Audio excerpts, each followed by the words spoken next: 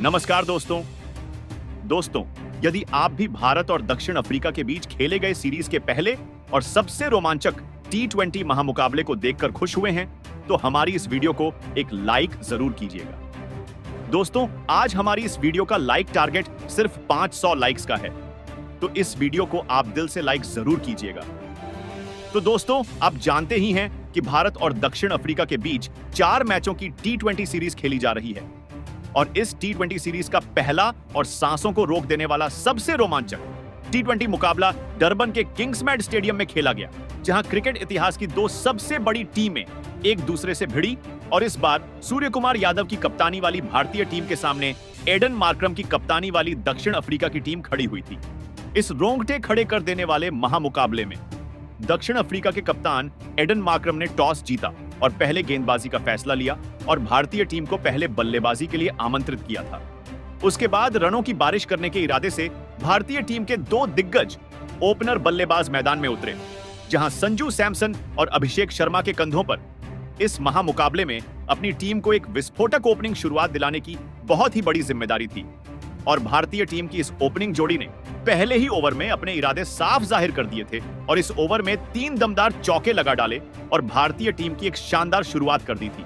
लेकिन भारतीय टीम की यह जोड़ी ज्यादा देर तक नहीं टिक पाई और पारी का दूसरा ओवर डालने आए। मार्को जानसन ने संजू सैमसन को डेविड मिलर के हाथों के कैच आउट करवाकर पवेलियन वापस भेज दिया, जहां संजू सैमसन 7 गेंद में 10 रन बनाकर आउट हो गए। संजू सैमसन के जल्दी आउट हो जाने के बाद अब भारतीय टीम के कप्तान सूर्यकुमार यादव मैदान में उतरे थे, लेकिन तभी दूसरे छोर पर बल्लेबाजी कर रहे और बेहतरीन फॉर्म में दिख रहे अभिषेक शर्मा को गेराल्ड कुट्स ने क्लीन बोल्ड कर पेवेलियन का रास्ता दिखा दिया। अभिषेक शर्मा इस मुकाबले में 11 गेंद में सिर्फ 15 रन बनाकर आउट हो गए, जहां भारतीय टीम के दोनों ही सलामी बल्लेबाज अब आउट हो चुके थे, जिसका दबाव भारतीय बल्लेबाजी पर दिखने लगा था। जिसके बाद मैदान पर तिलक वर्मा उतरे और फिर यहां से कप्तान सूर्यकुमार यादव और तिलक वर्मा ने मिलकर भारतीय पारी को संभालने की पूरी कोशिश करी। लेकिन तभी गेंदबाजी पर आए पैट्रिक क्रूगर ने भारतीय कप्तान सूर्यकुमार यादव को एडन मार्करम के हाथों कैच आउट करवाकर भारतीय टीम को तीसरा बड़ा झटका दिया। सूर्यकुमार यादव इस मुकाबले में 10 गेंद में सिर्फ 8 रन बनाकर आउट हो गए। अब भारतीय टीम एक बड़ी मुसीबत में फंसती हुई नजर आ रही थी, जहां दक्षिण अफ्रीका की तेज गेंदबाजी इस मुकाबले में लाजवाब प्रदर्शन कर रही थी और अब बल्लेबाजी के लिए रिंकू सिंह मैदान में उतरे थे।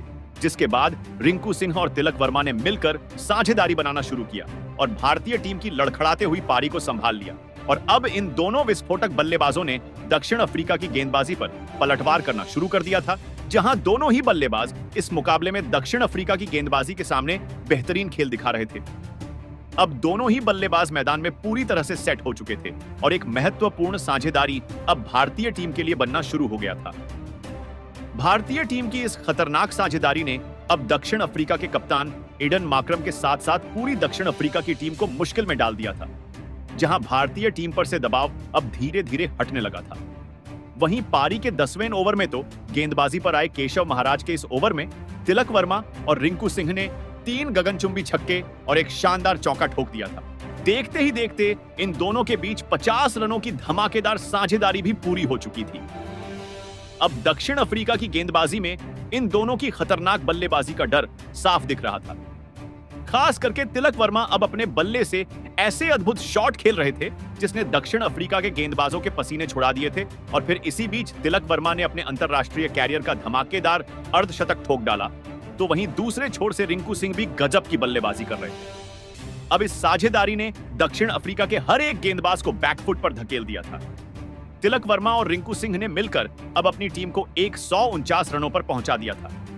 लेकिन तभी गेंदबाजी पर आए गेराल्ड कुट्स ने बांग्लादेश की टीम के लिए सबसे बड़ा खतरा बन चुके तिलक वर्मा को केशव महाराज के हाथों कैच आउट करवा दिया। तिलक वर्मा 34 गेंदों में 74 रनों की शानदार पारी खेलकर आउट हो पवेलियन लौट आए। तिलक वर्मा और रिंकू सिंह की हैरान करने वाली इस साझेदारी ने पूरा मुकाबला ही पलट दिया था। अब बल्लेबाजी के लिए हार्दिक पांड्या मैदान में उतरे थे और हार्दिक पांड्या ने भी आते से ही एक चौका और एक शानदार छक्का लगाकर अपनी पारी की शुरुआत करी, तो वही दूसरे छोर पर सेट हो चुके रिंकू सिंह भी रुकने का नाम नहीं ले रहे थे और पारी के 16वें ओवर में 2 चौके और एक शानदार छक्का लगाते हुए रिंकू सिंह ने अपना इस मुकाबले का तूफानी अर्धशतक सिर्फ 26 गेंदों में पूरा कर लिया। अब भारतीय टीम एक विशाल लक्ष्य की तरफ आगे बढ़ रही थी, लेकिन तभी अर्धशतक लगाने वाले रिंकू सिंह को मार्को जानसेन ने हेनरिच क्लासन के हाथों कैच आउट करवाकर पैवेलियन की राह पकड़ाई। रिंकू सिंह 29 गेंदों में 53 रन बनाकर आउट हो गए। भारतीय टीम का हर एक बल्लेबाज दक्षिण अफ्रीका की गेंदबाजी पर आसानी से बड़े शॉट खेल रहा था, जिसने दक्षिण अफ्रीका के कप्तान को पूरी तरह दबाव में डाल दिया था। अब बल्लेबाजी के लिए अक्षर पटेल मैदान में उतरे थे और फिर अंत के ओवरों में अक्षर पटेल और हार्दिक पांड्या ने भी भारतीय टीम के लिए बहुत महत्वपूर्ण रन बनाए। दोनों ने ही दक्षिण अफ्रीका की गेंदबाजी पर लगातार बड़े शॉट खेले, लेकिन तभी गेंदबाजी पर आए मार्को जानसेन ने अक्षर पटेल को रीजा हेंड्रिक्स के हाथों कैच आउट करवाकर भारतीय टीम को एक और झटका दिया। अक्षर पटेल 6 गेंद में 15 रन बनाकर आउट हो गए। अब हार्दिक पांड्या का साथ देने रमनदीप सिंह मैदान में उतरे थे, लेकिन पारी के अंतिम ओवर में गेंदबाजी पर आए गेराल्ड कुट्स ने शानदार गेंदबाजी करते हुए हार्दिक पांड्या को केशव महाराज के हाथों कैच आउट करवा दिया। हार्दिक पांड्या 19 गेंदों में 32 रनों की ताबड़तोड़ पारी खेलकर आउट हो पेवेलियन लौट आए, तो वहीं उनके तुरंत ही बाद बल्लेबाजी पर आए वरुण चक्रवर्ती को भी गेराल्ड कुट्स ने डेविड मिलर के हाथों कैच आउट करवा दिया और फिर उनके बाद बल्लेबाजी पर आए। अर्शदीप सिंह ने एक शानदार छक्का ठोक डाला, लेकिन फिर एक बार गेराल्ड कुट्स ने अगली ही गेंद पर अर्शदीप सिंह को भी एडन मार्क्रम के हाथों कैच आउट करवाकर भारतीय टीम को झटका दिया। लेकिन इसके बावजूद भी भारतीय टीम ने दक्षिण अफ्रीका के सामने 221 रन स्कोर बोर्ड पर लगा दिए थे, जिसके बाद भारतीय टीम से मिले 222 रनों के एक विशाल लक्ष्य का पीछा करने दक्षिण अफ्रीका के 2 दिग्गज ओपनर बल्लेबाज मैदान में उतरे, जहां रीजा हेंड्रिक्स और रियान रिकल्टन के कंधों पर इस महामुकाबले में अपनी टीम को एक शानदार ओपनिंग शुरुआत दिलाने की बहुत ही बड़ी जिम्मेदारी थी। और दक्षिण अफ्रीका की इस ओपनिंग जोड़ी ने भी आते ही भारतीय गेंदबाजी पर बड़े शॉट खेलना शुरू कर दिया था। लेकिन दक्षिण अफ्रीका की ओपनिंग जोड़ी को भारतीय टीम की तेज गेंदबाजी ने ज्यादा देर तक मैदान में टिकने ही नहीं दिया और गेंदबाजी पर आए अर्शदीप सिंह ने रियान रिकल्टन को क्लीन बोल्ड कर पेवेलियन का रास्ता दिखाया। रियान रिकल्टन 12 गेंद में 16 रन बनाकर आउट हुए। रियान रिकल्टन के जल्दी आउट हो जाने के बाद अब दक्षिण अफ्रीका के कप्तान एडन मार्क्रम मैदान में उतरे और एडन मार्क्रम ने भी आते से ही 2 गजब के चौके लगाकर अपना खाता खोला। लेकिन तभी भारतीय कप्तान सूर्य कुमार यादव ने गेंदबाजी में एक लाजवाब बदलाव किया और अक्षर पटेल को गेंदबाजी पर बुलाया और अक्षर पटेल ने आते से ही विरोधी एडन मार्क्रम को हार्दिक पांड्या के हाथों कैच आउट करवाकर पैवेलियन की राह पकड़ाई। एडन मार्क्रम 7 गेंद में 11 रन बनाकर आउट हो गए, जहां एक बड़े और विशाल लक्ष्य का पीछा करते हुए दक्षिण अफ्रीका की टीम ने अपने 2 खतरनाक बल्लेबाजों को शुरू में ही खो दिया था। अब बल्लेबाजी के लिए डेविड मिलर मैदान में उतरे थे, लेकिन तभी गेंदबाजी पर आए वरुण चक्रवर्ती ने दक्षिण अफ्रीका के दूसरे ओपनर बल्लेबाज रीजा हेंड्रिक्स को क्लीन बोल्ड कर डाला। रीजा हेंड्रिक्स इस मुकाबले में 11 गेंद में 14 रन बनाकर आउट हो गए। दक्षिण अफ्रीका के बल्लेबाज भारतीय टीम के गेंदबाजों के सामने ज्यादा देर तक खड़े भी नहीं रह पा रहे थे और दक्षिण अफ्रीका की टीम की मुश्किलें लगातार बढ़ती जा रही थी।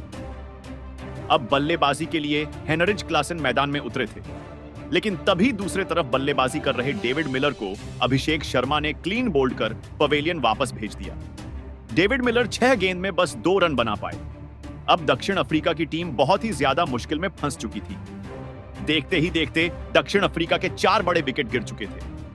अब बल्लेबाजी के लिए ट्रिस्टन स्ट्रबस मैदान में उतरे थे और फिर यहां से ट्रिस्टन स्ट्रबस और हेनरिच क्लासन ने मिलकर दक्षिण अफ्रीका की इस कमजोर पड़ चुकी पारी को संभालने की कोशिश करी, लेकिन यह दोनों भी मिलकर भारतीय टीम की सटीक गेंदबाजी के सामने रन बना नहीं पा रहे थे, जिस वजह से रिक्वायर्ड रन रेट तेजी से बढ़ चुका था।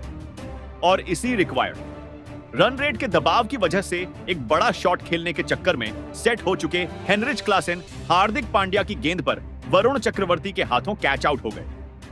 हेनरिच क्लासन 16 गेंद में 16 रन बनाकर आउट हो पवेलियन लौटे, तो वहीं उनके तुरंत ही बाद बल्लेबाजी पर आए।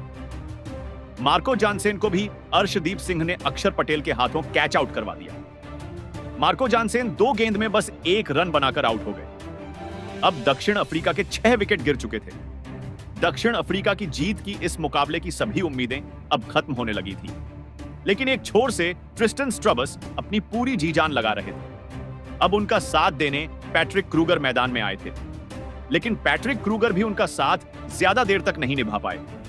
और फिर एक बार गेंदबाजी पर बुलाए गए वरुण चक्रवर्ती ने पैट्रिक क्रूगर को भी हार्दिक पांड्या के हाथों कैच आउट करवा दिया। पैट्रिक क्रूगर 10 गेंद में 9 रन बनाकर आउट हो गए।